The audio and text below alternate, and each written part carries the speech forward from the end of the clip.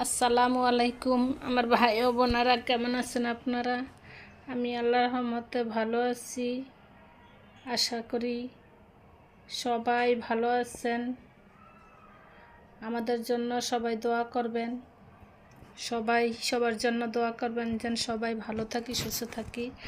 আজকে হঠাৎ বাড়িয়ালি ভাবি এসে বলে যে, ভাবি চলেন ছাদে যাবেন কি না? পরে বলে যে চলেন যাই। পরে গিয়ে দেখি যে ভাবি পানি দিতেছে। ছাদে যাইয়া অনেক দিন পরে ছাদে গেলাম। এভাবে ভালোই লাগলো চারিদিকের দৃশ্যগুলি, কিন্তু আমাদের ছাদগুলি খুবই নোংরা দেখা যায়, বেশি একটা সুন্দর দেখা যায় না। আসলে অনেক রৌদ্র পড়ছে তো ওই কদিন, গাছগুলো সব নষ্ট হয়ে গেছে। আমিও কিছু মরিচ গাছ রোপণ করছিলাম, নষ্ট হয়ে গেছে। অনেক মরিচ ধরছিল, অনেক মরিচ ধরছে, আমরা এনে খাইছি। এখন মরিচ গাছটা নষ্ট হয়ে গেছে। গিয়ে দেখি এই যে একটা ফুল গাছ। ভাবি আবার খুব যত্ন নেয় শাকসবজি গাছের। আমি যে সেই রোজার আগে গেছি ছাদে, আর আজকে গেলাম, গিয়ে দেখি ভাবির গাছগুলো তাজা হয়ে গেছে। ভাবি গিয়ে গিয়ে পানি দেয়।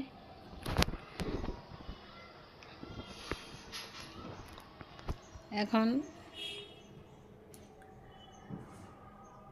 চারিদিকের দৃশ্যগুলি কিন্তু খুবই সুন্দর লাগছে। এই যে এগুলো হলো টাঙ্কি, ছাদের বাড়ির পানির ট্যাঙ্কি।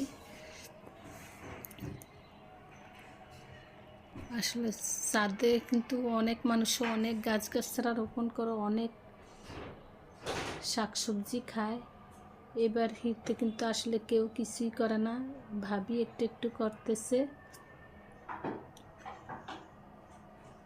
আর ভাবিও কোনো ডেলি ছাদে উঠতে পারে না, ভাবিও অসুস্থ। এই যে একটা মেহেদি গাছ, এখানে খুব সুন্দর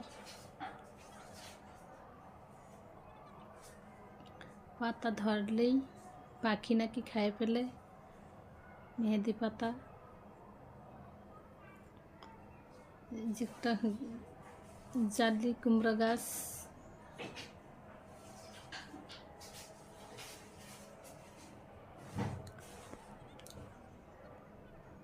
দেখতে থাকেন।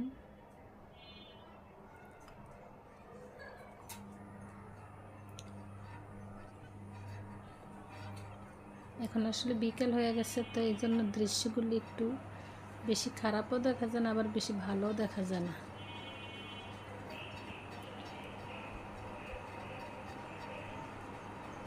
অনেক ধরনের ফুল গাছ লাগাইছে ভাবি। এই যে চারিদিকের দৃশ্যগুলি। আসলে আপনারা সবাই আমার জন্য দোয়া করবেন। কথাবার্তার মাধ্যমে ভুল ত্রুটি হলে ক্ষমা করে দিবেন। আমার চ্যানেলটি লাইক, কমেন্ট, শেয়ার করবেন, সাবস্ক্রাইব করবেন, মনে কিছু নেবেন না। ভালো ভালো কমেন্ট করবেন, আমি উৎসাহ পাবো ইনশাল্লাহ। সবাই দোয়া করবেন। আল্লাহ হাফেজ।